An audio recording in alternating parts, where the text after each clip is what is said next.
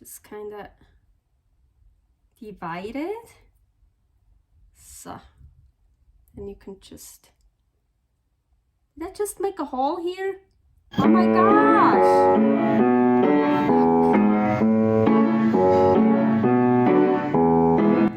Carnivore Girl's Creative Carnivore Kitchen. No plants, no dairy, the next level cooking show. Carnivore recipes with meat, fish, seafood, eggs, gelatin, flavored seltzer, water, and salt. From super easy to complicated, from quickly done to many hours in the kitchen. I always say everybody's body and brain are different, and you gotta figure out what works best for you. The carnivore lifestyle has tremendous benefits, healing effects, and is the best elimination diet. There are many different ways how to do carnivore. I found a way that momentarily works the best for me. In this cooking show, I'll show you it doesn't have to be boring and can be very creative, delicious, and fun. I already created so many carnivore recipes on Instagram at Carnivore Girl, and I have this never-ending list on my phone with tons of ideas. My brain is a gift and a curse. Have fun with this episode!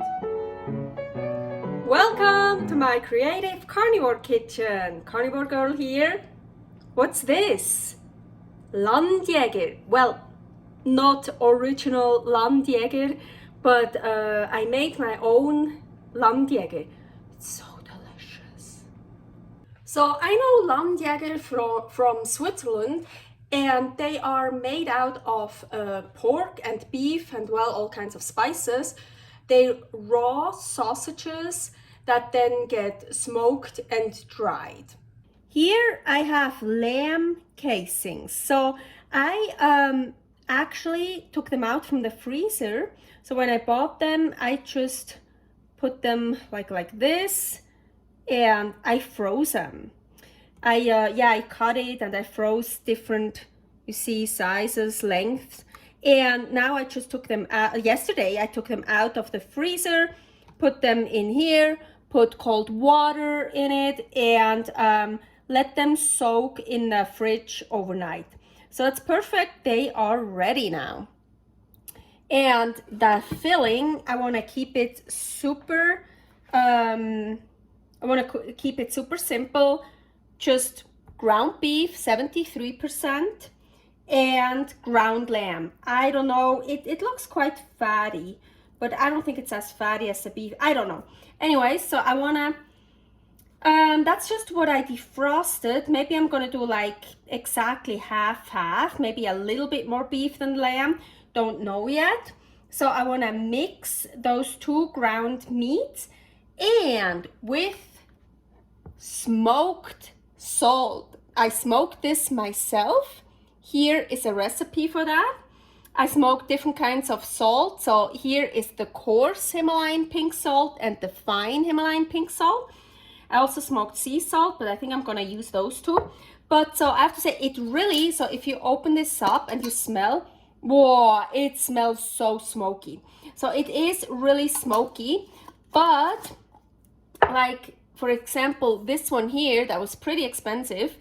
The smoked salt I bought, so that's Durango Hickory Smoked Natural Smoke Sea Salt is in there. That one is so much more flavorful than the one I made myself. So, but this one here actually is basically too smoky. It's really, the flavor then takes over. It's so strong. So I thought I'm gonna use a bit of that and probably a bit more of that. So then I should have a nice smoky flavor in there. Not too less, not too strong. Okay, so I made it easy. I took lamb and beef the same amount. So the lamb was 227 grams. So I just also put in 227 grams of the ground beef. And here, the one I bought, that's super strong. So This. Now I'm just gonna mix everything. I've done that before, so I have this, it's a cookie maker actually, with all these things, or a piping thing. Anyways, it works also to stuff sausages. Not that well, of course, but I don't have anything else, so I want to put the meat in here. So now this is a little bit a tricky part. So for the first, actually double this up already. So I need the rubber band to secure it. How did I do it last time? No.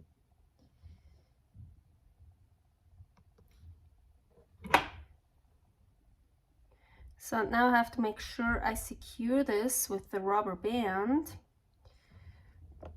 So.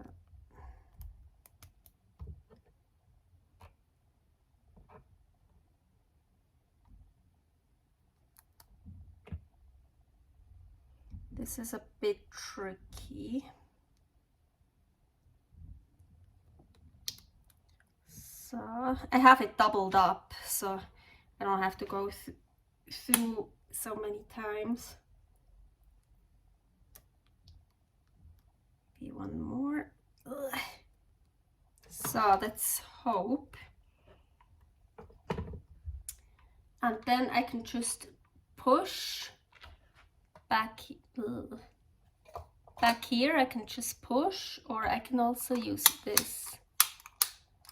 Whoop, it's already starting.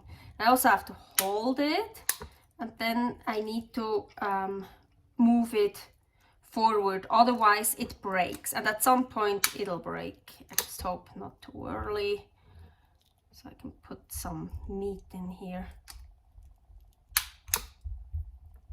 And this takes a while, yes, but it's totally worth it. I actually just figured out I don't need the rubber band. I just hold it, and I'm basically pushing here with my hip.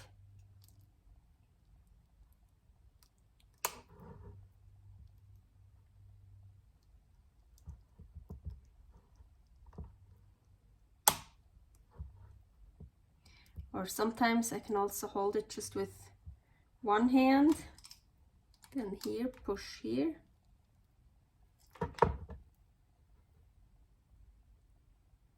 Cool, I got a long one that actually didn't break, and that's also because I kept taking the water here and put some water on it. So otherwise it, yeah, here they broke, so that's why I tied them off, of course, where they broke. That one too here. So, and then of course the ends I just twist. Now this is a long one, so I guess let's twist this end. Just twist it. So should I leave like a long one? I'm actually happy there's a long one, because otherwise I can just like divide it and then twist it off wherever I want it, so I could make two. But I think I want to keep this long one. Let's leave this long one here. So I'm done, and I got another long one. So I actually want to put that in half, like here. So I should use some water. I don't have any anymore. Just kind of divide it. So then you can just, did I just make a hole here? Oh my gosh, fuck, because of the pressure I just made a little hole here. I'm just gonna leave it.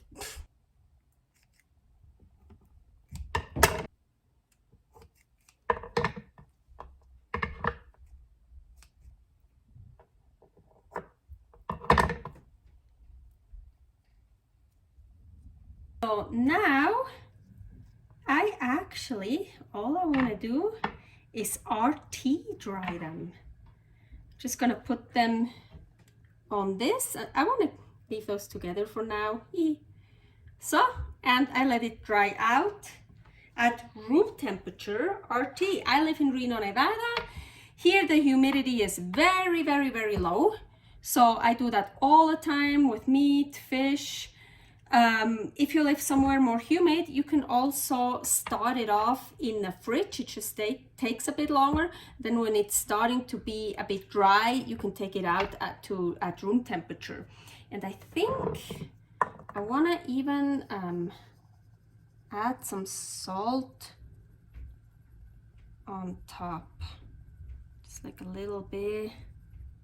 I've never RT dried sausages.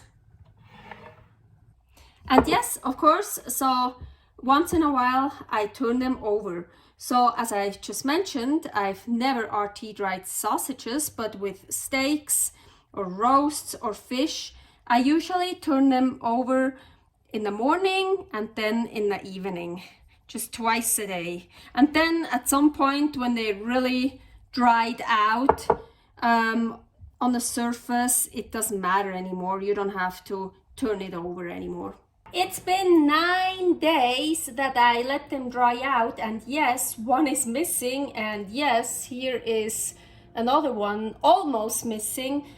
It's so hard not to eat RT dried meat just right away because it's so good. Well, it's so good raw and it's so good at any stage. So yeah, now this is 9 days old. And I think this is perfect to end this video. As you can see, I ate already before, and I'm not gonna eat all this today, so I'm gonna let it dry out even more. So, let's see.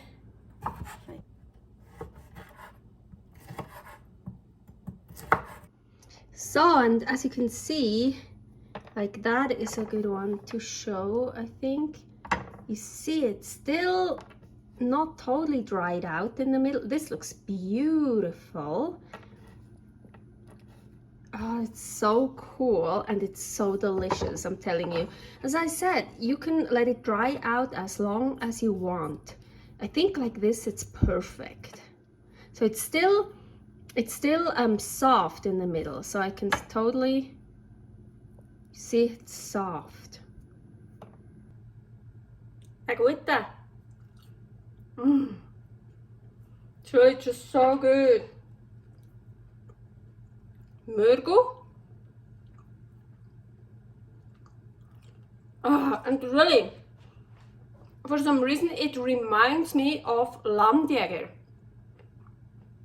So good. Actually, what is the most fun? It's kind of fun.